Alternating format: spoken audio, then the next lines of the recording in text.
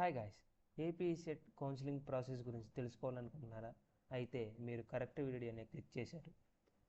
ఇప్పటివరకు మీరు AP set counselling గురించి చాలా వీడియోస్ చూసుంటారు.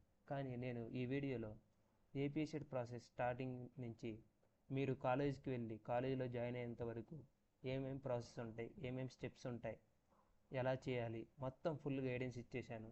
సో లేట్ చేయకుండా let's dive into the video. Hi guys, welcome back to Samscope learning. నా ఫ్రెండ్కి ఒక తమ్ముడు ఉన్నాడు. వాడి పేరు బుజ్జి. బుజ్జి గురించి ఇప్పుడు ఎందుకు చెప్తున్నానంటే, బుజ్జి రీసెంట్గా ఏపీ సెట్ ఎగ్జామ్ రాశాడు. ఏపీ సెట్ రిజల్ట్స్ వచ్చాయి, అవి మీ అందరికీ తెలుసు. వాడికి మంచి ర్యాంక్ వచ్చింది. సో బుజ్జి ఇప్పుడు ఈసెట్ కౌన్సిలింగ్ డేట్స్ కోసం వెయిట్ చేస్తున్నాడు. కానీ బుజ్జికి కొన్ని డౌట్స్ ఉన్నాయి. అవి ఏంటంటే, AP ECET counselling process step by step ఎలా జరుగుతుంది, AP ECET counselling fee payment చేయకపోతే ఏమవుతుంది, ఏపీ ఈసెట్లో సీట్ అలాట్మెంట్ ఎలా జరుగుతుంది, ఏ ఫ్యాక్టర్స్ బేస్ చేసుకొని జరుగుతుంది, ఏపీ ఈసెట్లో మనం సబ్మిట్ చేసిన డాక్యుమెంట్స్ ఎవరు వెరిఫై చేస్తారు, ఎలా వెరిఫై చేస్తారు, ఇలా చాలా రకాల డౌట్లు ఉన్నాయి. అవి బుజ్జికే కాదు, చాలామందికి చాలా రకాల డౌట్లు ఉన్నాయి. సో ఈసెట్ కౌన్సిలింగ్ సంబంధించి అన్ని డౌట్స్ని ఈ వీడియోలో క్లియర్ చేసుకుందాం. ఏపీ ఈసెట్ కౌన్సిలింగ్ ప్రాసెస్ అనేది 5 స్టెప్స్గా జరుగుతుంది. ఆ స్టెప్స్ ఏందో చూద్దాం, మన డౌట్స్ అన్నీ క్లియర్ చేసుకుందాం.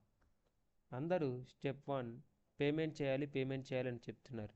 పేమెంట్ చేయాలి, కానీ మీరు మొదటగా అఫీషియల్ వెబ్సైట్లోకి వెళ్ళి రిజిస్ట్రేషన్ కంప్లీట్ చేయాలి.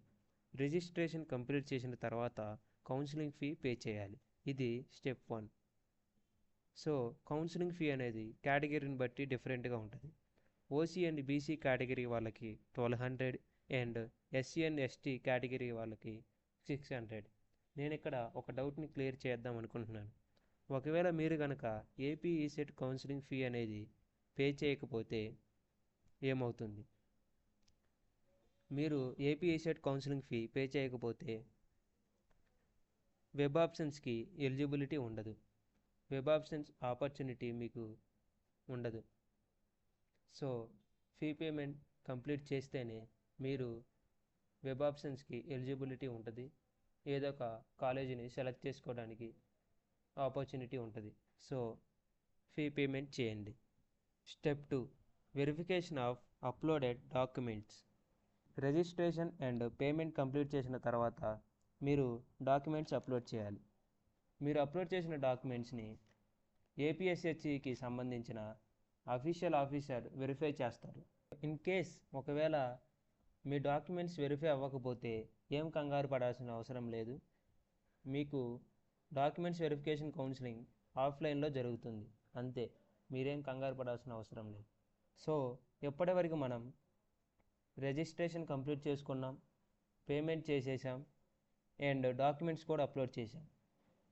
ఇప్పుడు స్టెప్ 3 వచ్చేసి web options.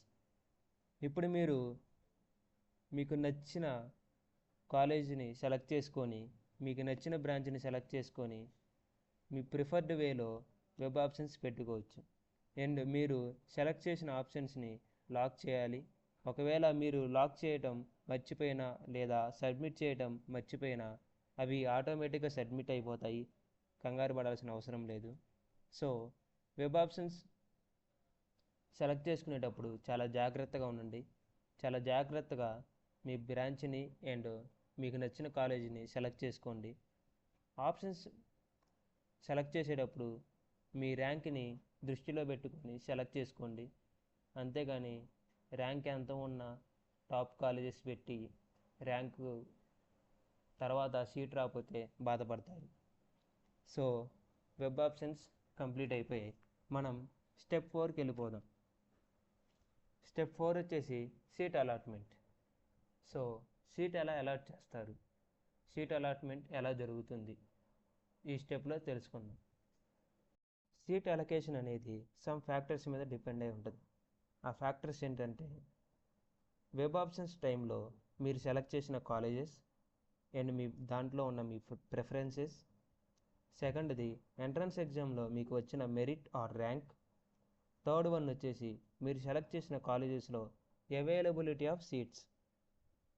What I'm saying availability of seats.